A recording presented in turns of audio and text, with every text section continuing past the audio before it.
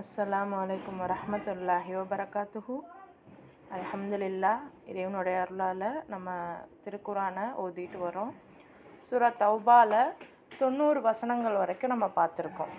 தௌபா அப்படின்னா பாவ மன்னிப்பு அப்படிங்கிறத தாண்டி என்ன செஞ்சால் நமக்கு பாவ மன்னிப்பு கிடைக்கும் இறைவன்கிட்ட இருந்து அப்படிங்கிறத தான் இறைவன் அதிகமாக சொல்லிகிட்ருக்கான்.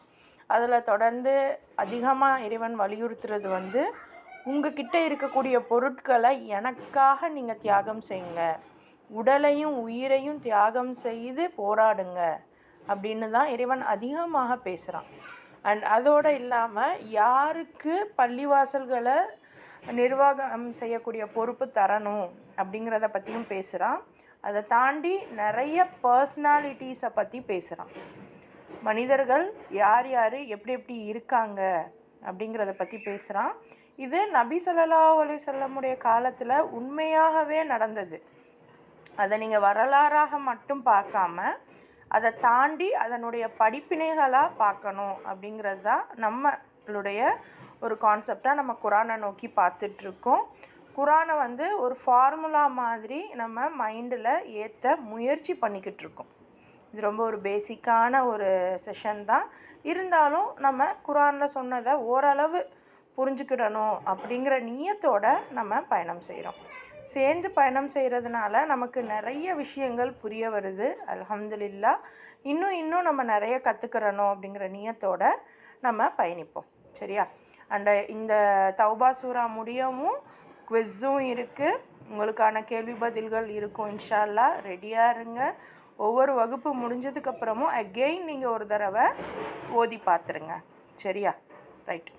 ஸோ இப்போ 90வது வசனமில் நம்ம என்ன பார்த்துருந்தோம்? மேலும் போருக்கு செல்லாமல் இருக்க தங்களுக்கும் அனுமதி அளிக்கப்பட வேண்டும் என்பதற்காக சாக்கு போக்குகள் கூறக்கூடிய நாட்டுப்புற அரபிகள் பலர் வந்தனர். இதுபோல் ஈமான் நம்பிக்கை கொள்வதாக அல்லாஹ்விடமும் அவனுடைய தூதரிடமும் பொய்யான வாக்குறுதி அளித்தவர்களும் போருக்கு செல்லாமல் பின்தங்கிவிட்டார்கள். இந்த நாட்டுப்புற அரபிகளில் எவர்கள் நிராகரிக்கும் போக்கினை கடைபிடித்தார்களோ அவர்களை துன்புறுத்தும் தண்டனை அதிவிரைவில் சூழ்ந்து கொள்ளும். இப்போது இது நம்ம குரானாக மட்டும் பார்க்காம இதை யாரோ ஒருத்தவங்க டிரான்ஸ்லேட் பண்ணியிருக்காங்க. அதாவது அரபி மொழியிலேருந்து தமிழில் நமக்கு டிரான்ஸ்லேட் பண்ணியிருக்காங்க. அப்போது நம்ம இப்போ வாசிக்கிறது எல்லாமே டைரக்ட் குரான் வசனங்கள் இல்லை. அதை நம்ம ஒரு அளவு மனசில் ஏற்றுக்கிறணும். அப்போது அதே மாதிரி இங்கே நாட்டுப்புற அரபிகள்னு வர்றதுனால வெறும் அரபிகளை மட்டும் இது குறிக்குமா அப்படின்னு யோசிக்கிறத தாண்டி நபி ஸல்லல்லாஹு அலைஹி வஸல்லம் ஒட்டுமொத்த உலகத்துக்குமே நபியாக இறங்கப்பட்டவர். அப்போது எந்தெந்த இடங்கள்லேருந்து வந்திருப்பாங்கங்கிறது நம்மளால் யோசிக்கவே முடியாது. ஸோ அந்த நாட்டுப்புற ஆட்கள் யாராக வேணாலும் இருக்கலாம். சரியா? ஸோ அந்த மாதிரி தூதர்கிட்ட இந்த மக்கள் என்ன பண்ணுறாங்க? சாக்கு போக்கு சொல்கிறாங்க, நாங்கள் சண்டைக்கு வரலை அப்படிங்கிறதுக்கு. ஸோ இந்த மாதிரி நீங்கள் இருந்தீங்கன்னா உங்களுக்கு துன்புறுத்தக்கூடிய தண்டனை வெகு சீக்கிரம் வரும் அப்படின்னு இறைவன் இங்கே குறிப்பிடுறான். ஸோ இது வரைக்கும் நம்ம பார்த்துருந்தோம். சரியா? இப்போ இன்றைக்கி 91வது வசனத்தில் இறைவன் வேறு என்ன சொல்கிறான் அப்படிங்கிறத பார்ப்போம். அஊது பில்லாஹி மினஷ் ஷைத்தானிர் ரஜீம். பிஸ்மில்லாஹிர் ரஹ்மானிர் ரஹீம். ரப்பி ஸித்னி இல்மா.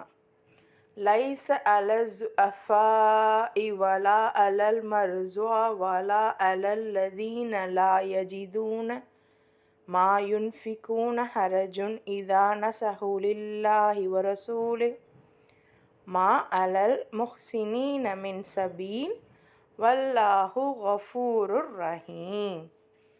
அப்போ எல்லாருக்குமே இதுதானா? யாருக்குமே ரெஸ்ட்ரிக்ஷன் இல்லையா? இறைவன் எல்லாரையுமே சண்டை போட சொல்கிறானா அப்படின்னா அப்படி ஒன்றும் இறைவன் கல்லெஞ்சக்காரன் இல்லை. ஸோ அடுத்த ஆயத்தில் பாருங்கள். இயலாதவர்கள், நோயாளிகள் மற்றும் ஜிஹாதில் கலந்து கொள்ள வசதி வாய்ப்பற்றவர்கள் ஆகியோர் அவர்கள் அல்லாஹ் மற்றும் அவனுடைய தூதருக்கு வாய்மையாளர்களாக இருக்கும் பட்சத்தில் அவர்கள் மீது யாதொரு குற்றமும் இல்லை. அப்போது யார் அந்த இறைவனுக்காக சண்டை போடுறதில்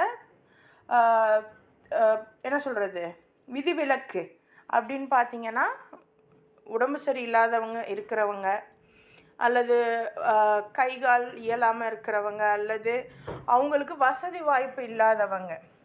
ஸோ உங்களுடைய சிச்சுவேஷன்.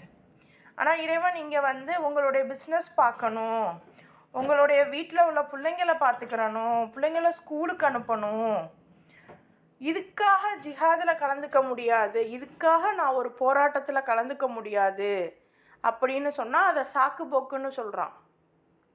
இன்றைக்கி ஜிஹாதுன்னு நம்ம தப்பாக புரிஞ்சுக்கிட்டு இருக்கோம். அதாவது ஏதோ இஸ்லாமியர்களுக்காக செய்கிறது தான் ஜிஹாது. அப்படி கிடையாது. சாதாரணமாக இறைவனுடைய படைப்பு ஏன்னா இன்றைக்கி வந்து இஸ்லாம் வந்து ஒரு சரியான நிலைப்பாடோடு இருக்கா அப்படின்னா நமக்கு தெரியல. அப்போது பொதுவாகவே நீங்கள் ஒரு இஸ்லாமியன், நான் ஒரு இஸ்லாமியன் அப்படின்னு உங்களுக்கு தோணுது அப்படின்னா, அல்லாஹ் யார் யாரை படைச்சிருக்கானோ அவங்கள கண்ணியமாக இந்த உலகத்தில் வாழ வைக்கிறது உங்களோட பொறுப்புங்கிறத நீங்கள் புரிஞ்சுக்கிறணும். அப்போ அதுக்காக நீங்கள் சண்டை போடுறீங்க அப்படின்னா, அந்த இடத்துல இந்தந்த விஷயங்கள், உங்களுக்கு நோய் இருக்குது, உங்களுக்கு பொருளாதாரமாக, அதாவது இப்போ நான் இங்கேருந்து ஃபார் எக்ஸாம்பிள் நான் திருச்சியில் இருக்கேன், நான் சென்னைக்கு போய் அங்கே நான் அந்த போராட்டத்தில் கலந்துக்கிறணும். சென்னைக்கு போகிறதுக்கு கூட என்கிட்ட காசு இல்லை அப்படின்றப்ப ஓகே, என்கிட்ட காசுலாம் ஓரளவு என்னால் மேனேஜ் பண்ணிக்க முடியும். அந்த காசு இல்லைன்னா நம்மளுடைய சொத்தை விற்றாவது போகணும். அதைத்தான் இறைவன் சொல்கிறான். அப்படி சொத்தை விற்கவும் எனக்கு சொத்தே இல்லை அப்படின்னா தான் உங்களுக்கு சரி, வேறு வழியே இல்லைங்கிறப்போ சரி உங்களை நான் குற்றம் பிடிக்க மாட்டேன் அப்படிங்கிறான். அப்போது யோசிச்சு பாருங்கள், நம்ம சிந்திச்சாலும் நம்ம இதுக்கு இந்த செயல்கள் நம்மளால், நான் இஸ்லாமியன், நான் முஸ்லீம் அப்படின்னு சொன்னாலும் கூட இதை நம்மளால் செய்ய முடியுமா? நம்ம செய்கிறோமா? நம்ம வீட்டில் உள்ளவங்கள செய்ய விடுவோமா? நம்ம ஹஸ்பண்ட் ஒரு வேளை நான் போகிறேன்னாலும் நம்ம அனுமதிப்போமா? வீட்டில் எங்களை பார்த்துக்காம எங்கே நீங்கள் போகிறீங்கன்போம், வெளியே கூப்பிட்டு போங்கன்னு சொல்லுவோமா மாட்டோம்? எல்லாருமே பெண்கள் நம்ம தான். ஸோ இந்த விஷயங்கள்லாம் பெண்களுக்கு சொல்லித்தராததன் விளைவு தான் பெண்கள் நம்ம என்ன பண்ணுறோம், அறியாமையில் அந்த மாதிரியான விஷயங்கள், போராட்டங்களுக்கெலாம் நம்ம வந்து கணவன்மாரை விட மாட்டோம். அதுக்குன்னு வந்து சும்மா கிரிக்கெட் விளையாடலாம் விடாததெல்லாம் ஒரு விஷயம் இல்லை இன்றைக்கி. ஏன்னா ஆண்கள் வந்து போராட்டத்துக்கு போகிறாங்களோ இல்லையோ கிரிக்கெட் விளையாட அதிகமாக போகிறாங்க. ஸோ அதை வந்து நம்ம வந்து இது பண்ண முடியாது, ஏற்றுக்க முடியாது. ஆனால் ஒரு ஒரு நல்ல விஷயத்துக்காக நீங்கள் போராடுறீங்க அப்படிங்கிறப்ப அதுக்கு நம்ம அவங்கள புஷ் பண்ணணும். போங்க, காலைல எழுந்திரிச்சு கிரிக்கெட்டுக்கு போகிறீங்க, இதுக்கு போங்க முதல்ல அப்படின்னு நம்ம தான் அனுப்பணும். ஸோ இந்த மாதிரியான வேலைகள் பெண்களுக்கு ரொம்ப கட்டாயமாக இருக்குது. ரைட். அப்போது இந்த மாதிரி அவனுடைய தூதருக்கு வாய்மையாளர்களாக இருக்கும் பட்சத்தில் அவங்களுக்கு எந்த குற்றமும் இல்லை.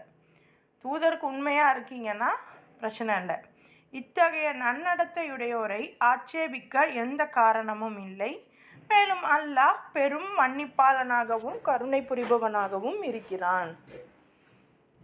சரியா? அடுத்த ஆயத்து பாருங்கள். வலா அலல்லதீன இதா மா அதவுக லிதஹ்மிலஹும் குல்த லா அஜிது மா அஹ்மிலுக்கும் அலை தவல்லவ் வ அயுனுஹும் தஃபீசு மினத்தம்இ ஹஸனன் அல்லா யஜிது மா யுன்ஃபிகூன். அப்போது இதே போன்று பின்வருபவர்கள் மீதும் எவ்வித ஆட்சேபனையும் இல்லை. அவர்களாகவே உம்மிடம் வந்து தங்களுக்கு வாகன வசதி செய்து கொடுக்க வேண்டும் என கோரினர். அப்போ இது அவங்களுக்கு சிலர் வந்து உடம்பு சரியில்லாமல் இருக்காங்க, இயலாமையில் இருக்காங்க, பண வசதி இல்லாமல் இருக்காங்க, அவங்களுக்கும் நான் வந்து மன்னிச்சு விடுறேன். இன்னும் சிலர் இருக்காங்க, அவங்க வாலண்டியராக வந்து உங்ககிட்ட கேட்குறாங்க, எங்களுக்கு கொஞ்சம்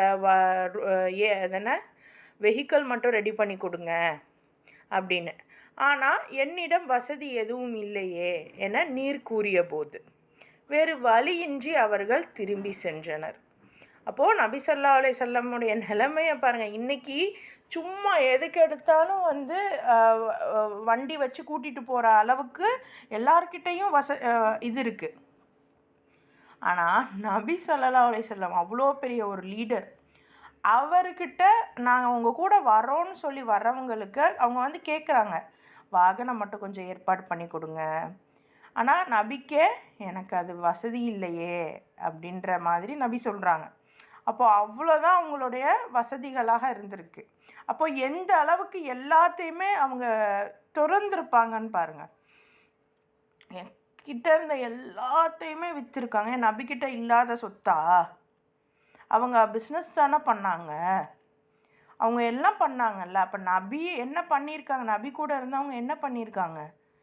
அவங்கக்கிட்ட இருந்த எல்லாத்தையும் தூக்கி போட்டிருக்காங்க. எல்லாத்தையும் அதை விற்று அதை கொடுத்து தான் இவ்வளவும் பண்ணது. அதுக்கு மீறியும் அவங்கக்கிட்ட ஒன்றுமே இல்லை இப்போ. அப்போ இப்படி ஒன்றுமே இல்லைன்னு சொல்லும்போது அவங்க வருத்தப்பட்டு திரும்பி போகிறாங்க. ஸோ மேலும் ஜிஹாதில் கலந்து கொள்வதற்காக சொந்தமாக செலவு செய்யும் ஆற்றலை பெற்றிருக்கவில்லையே என துயரத்தில் அவர்களின் கண்களிலிருந்து கண்ணீர் வழிந்து கொண்டிருந்தது. ஸோ எந்த மாதிரியான மக்கள்? 2 டைப் ஆஃப் மக்களை இறைவன் இங்கே பேசுகிறான். ஒன்று, எல்லா வசதி வாய்ப்பும் இருந்தும் அவங்க வரமாட்டேன்னு சாக்குப்போக்கு சொல்லிட்டாங்க. இன்னொன்று, வசதி இல்லை, ஆனால் அதுக்கான வசதியை நபினாலையும் பண்ணித்தர முடியல. அப்போ சிலர் வந்து கோச்சிக்கிட்டு சண்டை போடலாம். என்ன, நீங்கள் தானே நபி, நீங்கள் வசதி பண்ணி தர மாட்டிங்களா? ஏன்னா இன்றைக்கி நம்ம கேட்குறோம்ல, ஏதாவது ஒரு போராட்டத்துக்கு போகிறோம் அப்படின்னா நம்மளே போராட்டத்துக்கு போகிறோம், அதில் ஏதாவது ஒரு வசதி குறைபாடு இருந்தால் அங்கே ஒரு சண்டை. ஆனால் இங்கே இவங்க என்ன பண்ணுறாங்க? நபிக்கிட்ட அழுதுட்டு போகிறாங்க.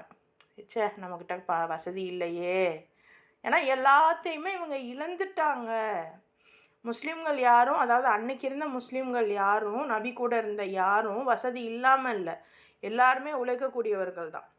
ஆனால் அவங்கக்கிட்ட ஏன் அங்கே அமௌண்ட் இல்லை, ஏன் அங்கே வந்து பொருளாதாரம் இல்லைன்னா எல்லாத்தையும் விட்டுட்டு வந்திருக்காங்க. இப்போ அல்லாஹ்வுடைய அந்த டெஸ்ட்டை பாருங்கள். அப்போ இந்த டெஸ்ட்டில் அட்டன் பண்ணவங்களுக்கும் நமக்கும் ஒரே நிலை, ஒரே படித்தனம் கிடச்சிருமா? அப்போ நம்மக்கிட்ட அல்லாஹ் என்ன கேட்பான்? சிந்திச்சு பாருங்கள். இது ரொம்ப ரொம்ப சிந்திக்க வேண்டியது. அப்போது இந்த மாதிரியான ஆட்களை பற்றியும் இறைவன் பேசுகிறான். இவங்க அழுதுகிட்டே போனாங்க அப்படிங்கிறதையும் இங்கே பதிவு பண்ணுறான். அடுத்து பாருங்கள், இன்னமஸ் சபீலு அலல்லதீன யஸ்தஅதீனுக வஹும் அக்னியா ரசூபி அன் யகூனு மஅல் கவாலிஃபி வதப அல்லாஹு அலா குலூபிஹிம் ஃபஹும் லா யாலமூன். ஆனால் எவர்கள் செல்வந்தர்களாயிருந்தும் ஜிஹாதில் கலந்து கொள்ளாது இருக்க உம்மிடம் அனுமதி கோருகிறார்களோ அவர்கள் மீதே ஆட்சேபனை இருக்கிறது. வீட்டில் தங்கியிருக்கும் பெண்கள் மற்றும் இயலாதோருடன் சேர்ந்திருக்கவே அவர்கள் விரும்பினார்கள். மேலும் அல்லாஹ் அவர்களின் உள்ளங்கள் மீது முத்திரையிட்டு விட்டான். ஆகவே இவர்கள் தங்களின் இந்த நடத்தை அல்லாஹ்வின் திருமுன் எத்தகைய விளைவுகளை ஏற்படுத்தும் என்பதை இப்போது அறிந்தார் இலர். அதாவது இந்த இடத்துல வந்து பெண்களுக்கு பாருங்கள், பெண்களுக்கு வந்து சண்டை போடுறதுக்கான இதெல்லாம் இல்லை.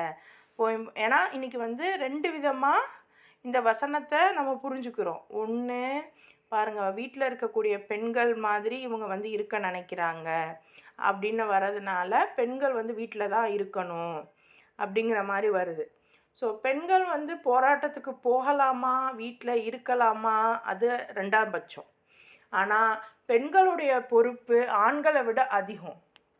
ஏன்னா பெண்கள் ஏன் வீட்டில் இருக்கிறாங்க அப்படின்னா, அந்த வீட்டில் உள்ள ஆண்களை யோசிச்சு பாருங்கள். வீட்டில் உள்ள ஆணை அனுப்பிட்டு நம்ம மொத்தா போகிறது கூட நமக்கு பெரிய விஷயம் இல்லை. ஆனால் நம்ம வீட்டில் உள்ள ஆண் போகிறான், அவன் வர்றது வந்து நிச்சயம் இல்லை அப்படிங்கிற அந்த நிலையோட ஒரு பெண் வீட்டிலேருந்து அவனை அனுப்புறதுங்கிறது ஜிஹாதுக்கு போகிறத விட பெரிய விஷயம்.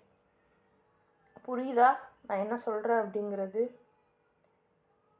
எனக்கு வாழ்க்கை கொடுத்துருக்கக்கூடிய என்னுடைய கணவனாக இருக்கட்டும், இல்லது என்னுடைய ஆசை மகனாக இருக்கட்டும், அல்லது என்னுடைய தந்தையாக இருக்கட்டும், இவங்கெல்லாம் போயிட்டு திரும்பி வருவாங்களா அப்படின்னு தெரியாத தருணத்தில் ஒரு பெண், சரி நீங்கள் போங்க, உங்களுடைய அடுத்த வாரிசுகளான குழந்தைங்களையும் வீட்டையும் நான் பார்த்துக்கிறேன் அப்படின்னு ஒரு பொண்ணு இருக்கிறதுங்கிறது போருக்கு போகிறத விட பெரிய விஷயம். ஸோ அதனால தான் பெண்கள் வீட்டில் இருக்காங்கங்கிறத வந்து இங்கே குறிப்பிடுறாங்க. இதை தாண்டி இறைவனை பொறுத்த வரைக்கும் போருக்கு ஆண் வர்றது பெண் வர்றதுலாம் ஒரு விஷயமே இல்லை. ஏன்னா அவன் அங்கே ஹெல்ப் பண்ண போகிறான். பட் நீங்கள் போரில் சண்டை போட்டு சாவறதை விட வீட்டில் இருக்கீங்கல்ல, அதுக்கு தனி தைரியம் வேணும். வீட்டில் உள்ளவங்க ஆண்களை அனுப்பிட்டு நீங்கள் இருக்கும்போது. ஸோ வந்து எதையுமே நீங்கள் வந்து இப்படி புரிஞ்சுக்கோங்க. எனக்கு இதிலலாம் வந்து இது இல்லை, பெண்களுக்கு இதிலலாம் கடமை இல்லை அப்படின்னு நம்ம வந்து அசால்ட்டாக இருந்துட முடியாது. சரியா? அப்போ இந்த மாதிரி இவங்க வந்து பணம் இருந்தும் செல்வம் இருந்தும் இவங்க வந்து சாக்குப்போக்கு சொல்லி அனுமதி கேட்குறாங்க. இப்படிப்பட்டவங்க மீது ஆட்சேபனை இருக்குது. இவங்க என்ன பண்ணுறாங்க, வீட்டில் இருக்கக்கூடிய பெண்கள் மாதிரி இயலாதவங்க மாதிரி இருக்க விரும்புகிறாங்க. ஆனால் அல்லாஹ் இந்த மாதிரியான ஆட்களுடைய உள்ளங்களில் முத்திரையிட்டுட்டான். அதனால் அவங்க தங்களுடைய நடத்தையை வந்து அல்லாஹ் முன்னாடி எந்த விளைவை ஏற்படுத்தாது, அதாவது எந்த விளைவை ஏற்படுத்த போகுது அப்படிங்கிறத புரிஞ்சுக்கறல. என்கிட்ட செல்வம் இருக்குது, ஆனாலும் நான் வந்து இறைவனுக்காக போராடலை அப்படின்னா எந்த மாதிரியான ஒரு சூழலை எனக்கு இறைவன் ஏற்படுத்துவான்? ஸோ அதை வந்து யோசிக்கக்கூட முடியாத அளவுக்கு இறைவன் அவர்களுடைய நெஞ்சங்களில் கல்பில் முத்திரையிட்டுட்டானாம். ஸோ சிந்திச்சு பாருங்கள், இன்றைக்கி நம்ம மனசில் என்ன இருக்குது அப்படிங்கிறத சிந்திச்சு பாருங்கள். சூரா தௌபா பாவ மன்னிப்பு தான். அந்த பாவ மன்னிப்பு எப்போ கிடைக்கும்னு இந்த இந்த சூறா முழுக்க இறைவன் பேசுகிறான். இறைவன் பாதுகாப்பானாக. இத்தகைய கூட்டத்தாரோடு நம்ம இறைவன் வந்து நம்மளை சேர்த்து வைப்பானாக. அதற்குரிய மன வலிமையை நமக்கு தருவானாக. ஸோ இன்றைக்கே நீங்கள் வந்து அதை செஞ்சிடணும் முடியாது, வாய்ப்பில்லை தான். நம்ம மனசு ஒன்றும் 30, 35, 40 வருஷமாக உங்களுடைய மனசு எப்படி இருந்துச்சோ ஒரு 40 நாளில் அது மாறிடுமான்னா கஷ்டம்தான். ஆனால் நியத்து வைங்க. நியத்து வச்சிங்கன்னா அல்லாஹ் நாடுனா உங்களுடைய மனங்களை மாற்றுவான், மனசை பார்வையை விசாலப்படுத்துவான். ஸோ அந்த விசாலமான பார்வைக்கு இறைவன் உங்களையும் என்னையும் உட்படுத்துவானாக. சரியா? அடுத்த ஆயத்து பாருங்கள். يَأْتَذِرُونَ إِلَيْكُمْ إِذَا رَجَعْتُمْ إِلَيْهِمْ قُلْ لَا تَعْتَذِرُوا لَنْ نُؤْمِنَ لَكُمْ قَدْ نَبَّأَنَا اللَّهُ مِنْ أَخْبَارِكُمْ وَسَيَرَى اللَّهُ عَمَلَكُمْ وَرَسُولُهُ ثُمَّ تُرَدُّونَ إِلَى عَالِمِ الْغَيْبِ وَالشَّهَادَةِ فَيُنَبِّئُكُمْ بِمَا كُنْتُمْ تَعْمَلُونَ. நீங்கள் அவர்களிடம் திரும்ப வருவீர்களானால் உங்களிடம் அவர்கள் விதவிதமான சாக்குப்போக்குகள் கூறுவார்கள். ஆனால் நீர் கூறும் சாக்குப்போக்கு கூறாதீர்கள். நீங்கள் கூறும் எதனையும் நாங்கள் ஏற்க மாட்டோம். உங்களுடைய நிலைமைகளை அல்லாஹ் எங்களுக்கு அறிவித்து விட்டான். இனி அல்லாஹும் அவனுடைய தூதரும் உங்களுடைய செயல்முறையை நிச்சயம் பார்ப்பார்கள். பின்னர் மறைவானவை வெளிப்படையானவை ஆகிய அனைத்தையும் அறியக்கூடியவன் பக்கம் நீங்கள் திரும்ப கொண்டு வரப்படுவீர்கள். அப்போது நீங்கள் என்ன செய்து கொண்டிருந்தீர்கள் என்பதனை அவன் உங்களுக்கு அறிவிப்பான். ஸோ இது 2வது டைம். ஆல்ரெடி ஃபஸ்ட்டு ஒரு தடவை இந்த மாதிரி போயிருக்காங்க, யுத்தத்துக்கு போயிருக்காங்க. அப்போவும் வந்து சிலர் வந்து வரமாட்டேன்னு சொல்லிட்டாங்க.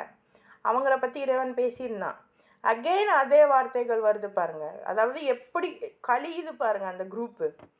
அதாவது நம்ம என்ன நினச்சிக்கிட்டு இருக்கோம், நபியோடு சேர்ந்திருந்த எல்லாருமே ப்ராப்பர் அக்மார்க் மீன்கள் அப்படின்னு நம்ம நினச்சிருந்தோம் இல்லையா? ஆனால் அந்த ஆட்கள்லையே அல்லாஹ் ஃபில்ட்ரு பண்ணுறான். யோசிச்சு பாருங்கள். ஃபஸ்ட்டு ஹிஜ்ரத் பண்ணி போகும்போதே சிலர் முஸ்லீம்னு சொன்னவங்க வரலை, அதில் பாதி கழிச்சிட்டான். அடுத்து வந்தவங்களை சண்டை போட சொல்லும்போது ஏகப்பட்ட இழிப்பேச்சு பேசுனாங்க, நபியை வந்து தரக்குறைவாக பேசுனாங்க. அவங்களே எல்லாம் ஃபில்ட்ரு பண்ணிட்டான், இனி நீங்கள் வராதீங்கன்னு. ஜெயிச்சுட்டு வந்ததுக்கப்புறம் திருப்பியும் போகும்போது நான் வரேன்னு சொன்னவங்களை நீங்கள் ஃபஸ்ட் இதே வரலை, நீங்கள் இனிமேல் வராதீங்க அப்படின்னு தடுத்துட்டார். அண்ட் இப்போ 2வது தடவை போகும்போது ஆல்ரெடி ஃபில்ட்ரானவங்க தவிர ஃபஸ்ட்டு ஜெயித்தவங்கள்லையே இன்னும் சிலர் வந்து என்ன ஆகுறாங்க, ஃபில்ட்ரு ஆகுறாங்க. வேறு ஏதாவது சாக்குப்போக்கு சொல்கிறாங்க. ஸோ அப்படிப்பட்டவங்களை அகெயின் அல்லாஹ் ஃபில்ட்ரு பண்ணுறான். ஸோ இன்றைக்கி நம்ம காலத்தில் தான் இந்த மாதிரி இருந்தாங்க அப்படின்னா, நபி காலத்துலேருந்தே இப்படித்தான் இருக்காங்க மனிதர்கள். ஸோ இந்த மாதிரியான மனிதர்களோட நம்ம இல்லாமல் நம்மளை பார்த்துக்கிறணும். நம்ம வந்து இந்த மாதிரியான ஆட்களாக நம்ம இருப்போமோ அப்படின்னு பயம் இருக்கணும் கண்டிப்பாக.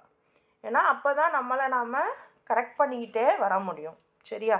இப்போ இந்த மாதிரியான ஆட்களை வந்து அல்லாஹ் நான் இனிமேல் வந்து பார்ப்போம்.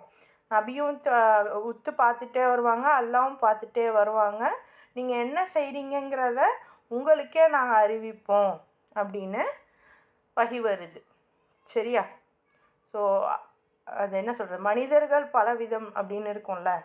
ஸோ அந்த மாதிரி தான் இங்கே சூரா தௌபாவில் பலவிதமான மனிதர்களை பற்றி நம்ம பார்க்க முடியுது. பலதரப்பட்ட விஷயங்கள் செயல்களை பற்றி நம்ம பார்க்க முடியுது, புரிஞ்சுக்க முடியுது. நம்ம லைஃப்பில் எப்படி இருக்கக்கூடாதுங்கிறதையும் புரிஞ்சுக்க முடியுது. அடுத்த ஆயத்தை பாருங்கள். சயஹ்லிஃபூன பில்லாஹி லக்கும் இதன் கலப்தும் இலைஹிம் லிதுரிஸு அன்ஹும் ஃபஅரிஸு அன்ஹும் இன்னஹும் ரிஜ்ஸுன் வ மஅவாஹும் ஜஹன்னம் ஜஸாஅம் பிமா கானு யக்ஸிபூன். நீங்கள் அவர்களிடம் திரும்பி வரும்போது அவர்களை நீங்கள் கண்டு கொள்ளாமல் இருந்துவிட வேண்டும் என்பதற்காக உங்கள் முன்னிலையில் அல்லாஹ்வின் மீது சத்தியம் செய்வார்கள். அதான் நீங்கள் திருப்பி ரெண்டாவது வாட்டி போயிட்டு வரும்போது இவங்களை நீங்கள் கேட்கக்கூடாதுங்கிறதுக்காக. இப்போ செல்வம் இருந்தும் சாக்குப்போக்கு சொல்லி போராட்டத்துக்கு போகாமல் இருந்தவங்க அல்லாஹ் மீது சத்தியம் செய்வாங்களாம். ஸோ என்ன பண்ணாலும் அவங்கள நீங்கள் கண்டுக்க வேணாம், ஏன்னா அவங்க அசுத்தமானவங்க, உண்மையிலேயே அவங்க சேரக்கூடிய இடம் நரகம், அவர்கள் சம்பாதித்து கொண்டிருந்த தீவினைகளுக்கு இதுதான் கூலி அப்படின்னு இறைவன் சொல்லிட்டான். ஸோ எந்த மாதிரியான பீப்புளாக, எந்த மாதிரியான மனிதர்களாக நம்ம இருக்கோம். ஸோ மொதல் விஷயம், இன்றைக்கே தியாகம் பண்ணணும்னு நம்ம பேசலை. ஆனால் என்றைக்கா இருந்தாலும் தியாகம் பண்ண வேண்டிய சூழல் வந்தால் பண்ணித்தான் ஆகணும். ஒரு முஸ்லீமாக நான் அதுக்கு ரெடியாக இருக்கேன் அப்படிங்கிற நியத்து வைங்க. உங்கள் குழந்தைகளாக இருக்கட்டும், உங்கள் கணவராக இருக்கட்டும், தாய் தந்தை யாராக வேணால் இருக்கட்டும், உங்களுடைய வீடாக இருக்கட்டும், நீங்கள் வச்சிருக்கிற நகைகளாக இருக்கட்டும்,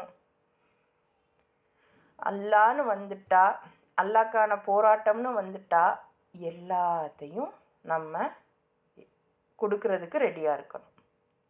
நான் உட்பட எல்லாரையும் சேர்த்து, நம்ம எல்லாரையும் சேர்த்து தான் நான் சொல்கிறேன். அதுக்கு அட்லீஸ்ட் ஒரு கடைசி பிடியாக நம்ம மனதளவுலையாவது ஸ்ட்ராங்காக இருப்போம்.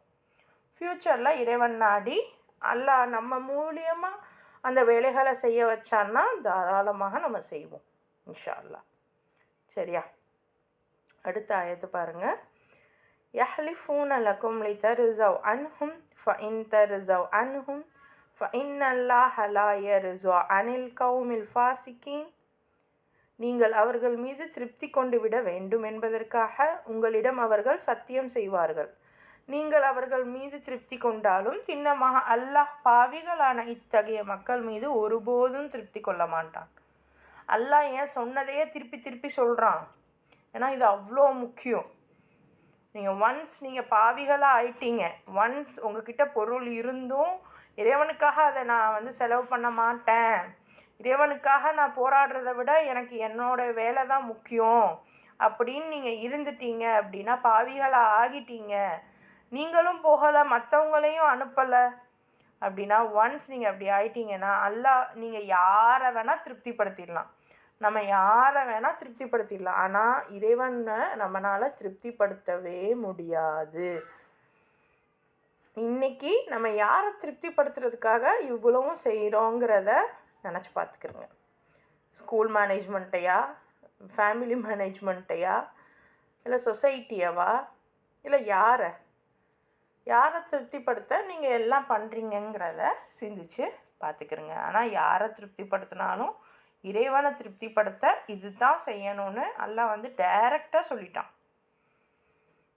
அல் அராபு அஷத்து குஃப்ரம் வ நிஃபாகம் வ அஜ்தரு அல்லா யஅலமு ஹுதூத மா அன்ஸலல்லாஹு அலா ரசூலிஹி வல்லாஹு அலீமுன் ஹக்கீம். இந்த நாட்டுப்புற அரபிகள் இறை நிராகரிப்பிலும் நயவஞ்சகத்திலும் மிகவும் கடுமையானவர்களாவர். மேலும் அல்லாஹ் தன்னுடைய தூதர் மீது இறக்கி அருளிய தீனின் வரையறைகளை அவர்கள் அறியாது இருப்பதற்கான சாத்தியக்கூறுகள் அவர்களிடம் அதிகம் இருக்கின்றன. மேலும் அல்லாஹ் யாவற்றையும் அறிந்தவனாகவும் நுண்ணறிவாளனாகவும் இருக்கிறான். ஸோ வெறும் நம்ம அரபிகள் இல்லை, அப்போது அதுக்காக இது அரபிகளை மட்டும்தான் குறிப்பிடுதா அப்படின்னா அப்படியும் கிடையாது. குரான் ஒட்டுமொத்த உலகத்துக்குமே சொந்தம். ஸோ இது இந்த நாட்டு இப்போ வேறு இடங்கள்லேருந்து வரக்கூடியவங்கன்னு வச்சுப்போமே, சரியா? ஏன்னா நமக்கு அரபி தெரியல, தமிழில் டிரான்ஸ்லேட் பண்ணதை நம்ம ஏற்றுக்கவும் முடியல.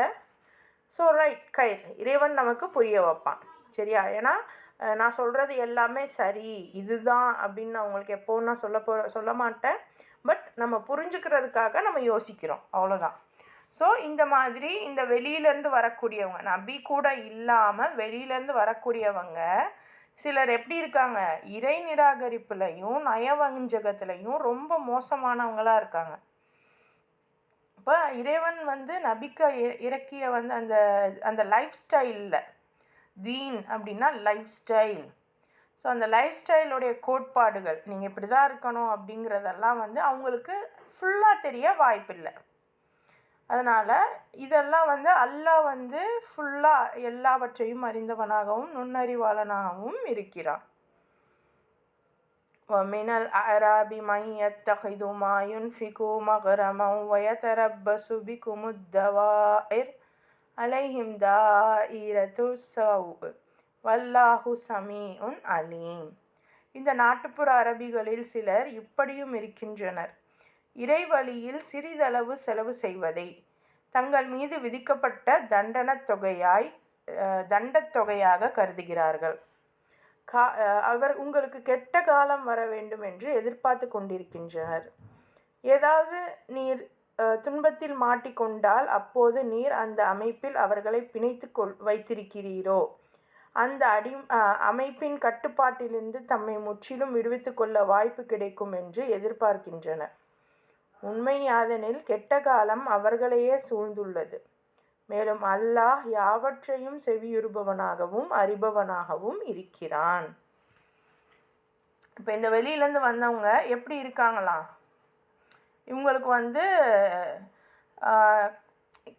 இறைவனுக்காக கொஞ்சம் செலவு செய்கிறத கூட இவங்களுக்கு நமக்கு ஒரு அவங்களுக்கு இறைவன் விதித்த ஒரு கெட்ட செய்தியாகவே நினைக்கிறாங்களாம். ஒரு தண்டத்தொகை, இதுக்கு போய் நான் ஏன் செலவு பண்ணணும்? இந்த நாட்டுப்புற அரபிகள் அப்படிங்கிறத நீங்கள் இப்படி கொஞ்சம் சிந்திச்சு பாருங்கள்.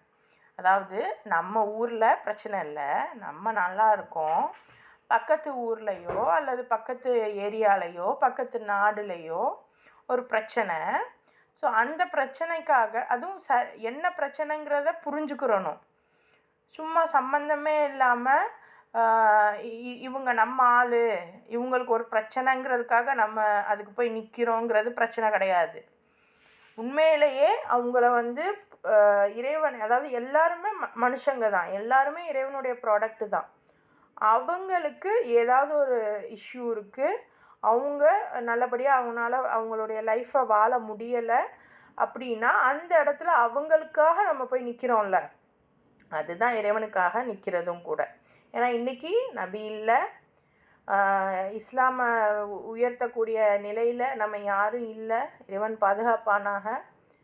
பட் நமக்கு ஒரு வாய்ப்பு அப்படி வந்துச்சுன்னா we have to be ready, அவ்வளோதான். ஸோ இப்போ இந்த ஆயத்து நம்ம லைஃப்பில் இப்படி பார்க்கணும். ஸோ நமக்கு இல்லாமல் பக்கத்து வீட்டுக்காரவங்களுக்காக நம்ம ஏன் செலவு பண்ணணும்? பக்கத்து ஊருக்காரவங்களுக்காக நம்ம ஏன் செலவு பண்ணணும்? அது தண்ட செலவு தானே அப்படின்னு நம்ம நினைக்கிறோமா இல்லையா? அதுதான் இங்கே பேசுகிறாங்க. ஸோ வெளியிலேருந்து வந்தவங்க நான் இது ஒரு தண்ட செலவாக இருக்கே அப்படின்னு நினைக்கிறாங்க. அவங்க எப்படியோ போகட்டும், அவங்களுக்கு கெட்ட காலம் வரட்டும் அப்படின்னு நினைக்கிறாங்க. ஏதாவது துன்பத்தில் மாட்டிக்கிட்டால் இதுக்காக தான் இஸ்லாமுக்கு நாங்கள் வரலைங்க, பாருங்கள் இவ்வளோ கஷ்டமாக இருக்குது அப்படின்னு அவங்க சொல்கிறாங்க. ஏதாவது இவங்கக்கிட்டேருந்து நம்ம விலகி போயிட முடியாதா? இது உங்கள் லைஃப்லேயும் நடக்கும், உங்கள் வீடுகள்லேயும் நடக்கும். மாமியார் வீட்டில் இப்படி பண்ணுறாங்க, நம்ம ஏன் இவங்களுக்கு போய் செலவு பண்ணணும்? நம்ம கண்ணுக்கு தெரியாதவங்களுக்கு டெய்லி சாப்பாடு தருவோம், அவ்வளோ தான தர்மங்கள் பண்ணுவோம். ஆனால் சொந்த ஹஸ்பண்டுடைய அக்காக்கோ தங்கச்சிக்கோ செய்கிறதுக்கு நமக்கு மனசு வராது. அல்லது ஹஸ்பண்ட் வந்து எல்லாத்துக்குமே பண்ணுவார், ஆனால் நம்மளுடைய மனைவியோட வீட்டில் உள்ளவங்களுக்கு பண்ண மனசு வராது. இதெல்லாம் தண்டச்செலவுன்னு நினப்பாப்புல. 2 பேருமே, பெண்கள் மட்டும்தான் இல்லை, ஆண்களும் அப்படி நினைக்கிறாங்க, பெண்களும் அப்படி நினைக்கிறாங்க. ஸோ இந்த மாதிரி நினைக்கக்கூடிய ஒவ்வொரு மனிதர்களுக்கும் இது பொருந்தும். ஸோ இப்படிலாம் நீங்கள் நினைக்கிறீங்களா? உண்மை என்னென்னா, அவங்களுக்கு கெட்ட காலம் இல்லை, உங்களுக்கு தான் கெட்ட காலம்.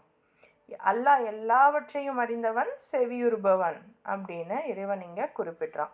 ஸோ எல்லாவற்றையும் அறிந்தவன் செவியுறுபவன்னா நீங்கள் என்ன பேசுகிறீங்கிறத அவன் கேட்பேங்கிறான்.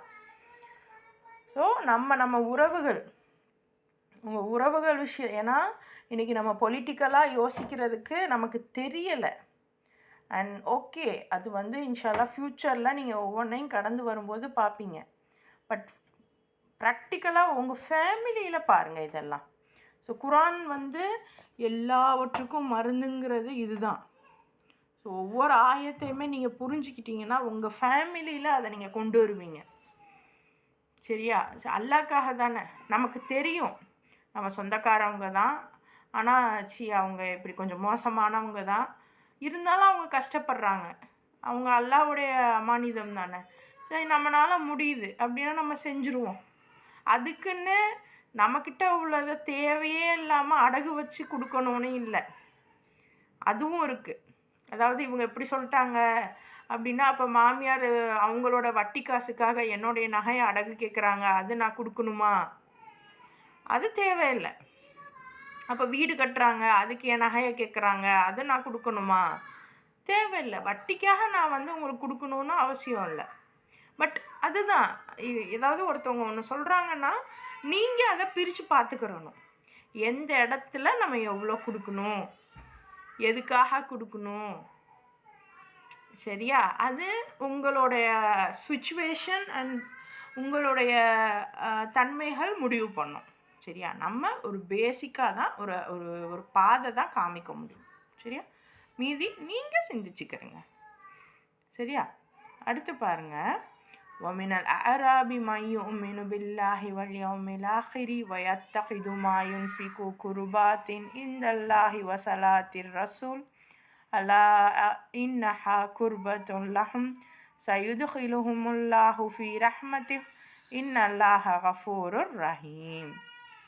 இந்த நாட்டுப்புற அரபிகளில் சிலர் இவ்வாறும் உள்ளனர்: அல்லாஹ்வின் மீதும் மறுமை நாள் மீதும் நம்பிக்கை கொள்கின்றனர். அவர்கள் எதனை செலவழித்தாலும் அதனை அல்லாஹ்விடம் நெருக்கத்தையும் தூதரிடமிருந்து அருள்பாலிக்கப்படுவதற்குரிய பிரார்த்தனைகளையும் அடைவதற்கான சாதனமாக எடுத்துக்கொள்கிறார்கள். ஸோ இப்படியும் அந்த அரபி, அதாவது வெளியிலேருந்து வரவங்க இப்படியும் இருக்காங்க. இன்னும் சிலர் வந்து நல்ல வழியில் என்ன செலவு பண்ணாலும் இது எனக்கு அல்லாஹ்கிட்ட நெருக்கத்தை தரும், நபிக்கிட்ட எனக்கு வந்து நெருக்கத்தை கொடுக்கும் அப்படின்னு நியத்து வச்சு அல்லாவை நபியை நம்பி அவங்க வந்து செலவு பண்ணுறாங்க. அப்போ இப்படிப்பட்டவங்களுக்கு ஆமாம், நிச்சயமாக அல்லாஹ்கிட்ட அவங்க நெருங்குவதற்கு உரிய சாதனமாக தன்னுடைய கருணையில் அல்லாஹ் அவர்களை நிச்சயம் நுழைவிப்பான். அல்லாஹ் இங்கே வந்து வாக்குறுதி கொடுக்குறான். நீங்கள் வந்து நபியோட இல்லை, இன்றைக்கி நபியோட இல்லை, நபியுடைய மிஷன்லையும் நம்ம இல்லை. அதாவது இன்றைக்கி மிஷன் எப்படி இருக்குன்றதே புரியலை நமக்கு. ஆனாலும் அல்லாஹ்க்காக நான் வந்து செலவு பண்ணுறேன், என் வீட்டுக்கு, என்னுடைய சொந்த பந்தங்களுக்கு, என்னுடைய தெருவுக்கு, என்னுடைய ஊருக்கு அப்படின்னா அல்லாஹ் சொல்கிறான், நிச்சயமாக உங்களை நான் நுழைவிப்பேன். திண்ணமாக அல்லாஹ் பெரிதும் மன்னிப்பவனாகவும் கருணை புரிபவனாகவும் இருக்கிறான். அடுத்து பாருங்கள். வஸ்ஸாபிகூனல் அவ்வலூன மினல் முஹாஜிரீன வல் அன்சாரி வல்லதீன தபஊஹும் பிஇஹ்சானின் ரஸியல்லாஹு அன்ஹும் வ ரஸு அன்ஹு வ அஅத்த லஹும் ஜன்னாத்தின் தஜ்ரி மின் தஹ்தஹல் அன்ஹாரு ஹாலிதீன ஃபீஹா அபதா தாலிகல் ஃபௌசுல் அதீம். இஸ்லாத்தின் அழைப்புக்கு முதலில் பதிலளித்த முஹாஜிர்கள் அன்சாரிகளை குறித்தும் அவர்களை யார் நேர்மையோடு பின்பற்றினார்களோ அவர்களை குறித்தும் அல்லாஹ் திருப்தி கொண்டான். ஸோ அல்லாஹ் திருப்தி பட்டுட்டேன் அப்படின்னு சிலரை குறிப்பிடுறான். யாருன்னா ஃபஸ்ட்டு இஸ்லாமிய அழைப்புக்கு யார் பதில் கொடுத்தாங்க? பதில் கொடுத்து அல்லாஹ்க்காக ஹிஜ்ரத் பண்ணாங்க. முஹாஜிர்கள்னால் ஹிஜ்ரத் பண்ணவங்க. அதே மாதிரி அன்சாரிகள் அப்படின்னா ஹிஜ்ரத் பண்ணவங்களை ஏற்றுக்கிட்டவங்க, உதவியாளர்கள். அன்சார் அப்படின்னா உதவியாளர். நீ ஹிஜ்ரத் பண்ணி மக்காலேருந்து மதீனாவுக்கும் அபிசீனியாவுக்கும் போனப்போ அவங்கள ஏற்றுக்கிட்டவங்க. இன்றைக்கி நம்ம வீட்டுக்கு ஒரு அகதி வந்தாங்கன்னா அதை நம்ம ஏற்றுப்போமா?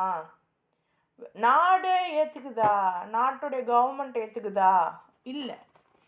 ஏகப்பட்ட இஷ்யூ இருக்குது. இன்ஃபேக்ட் எனக்கு தெரிஞ்சு பார்த்திங்கன்னா அந்த ராமேஸ்வரம் சைடில் அந்த மண்டபமாக அந்த சைடில் அகதிகள் வந்தாலும் அவங்களுக்குன்னு ஒரு இடம் இருக்கும், அவ்வளோதான். ஆனால் யாரும் ஊரில் உள்ளவங்க எங்கள் வீட்டில் தங்குங்கன்னு சொல்ல மாட்டாங்க இல்லையா?